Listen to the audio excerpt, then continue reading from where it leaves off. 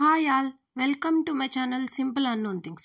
ఎండాకాలంలో మనం ఫ్రిడ్జ్లో లేదా కుండలో కూల్ వాటర్ తాగుతూ ఉంటాం. తాగేటప్పుడు చాలా హాయిగా ఉంటుంది.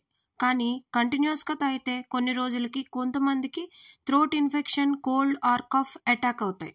ఇలా హెల్త్ పాడవకుండా ఉండడానికి మేము మా పెద్దవాళ్ళ నుంచి తెలుసుకున్న ఒక ఐడియా మీ ముందు ఉంచుతాను.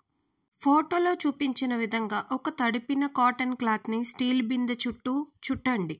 స్టీల్ బిందె కింద ఇలాంటి స్టాండ్ని ఒకటి ఏర్పాటు చేసుకోండి. 2 అవర్స్కి ఒకసారి నార్మల్ ట్యాప్ వాటర్తో కాటన్ క్లాత్ని తడుపుతూ ఉండండి. ఇక మీకు 4 or 5 అవర్స్కే చల్లటి తాగునీరు రెడీ అవుతుంది.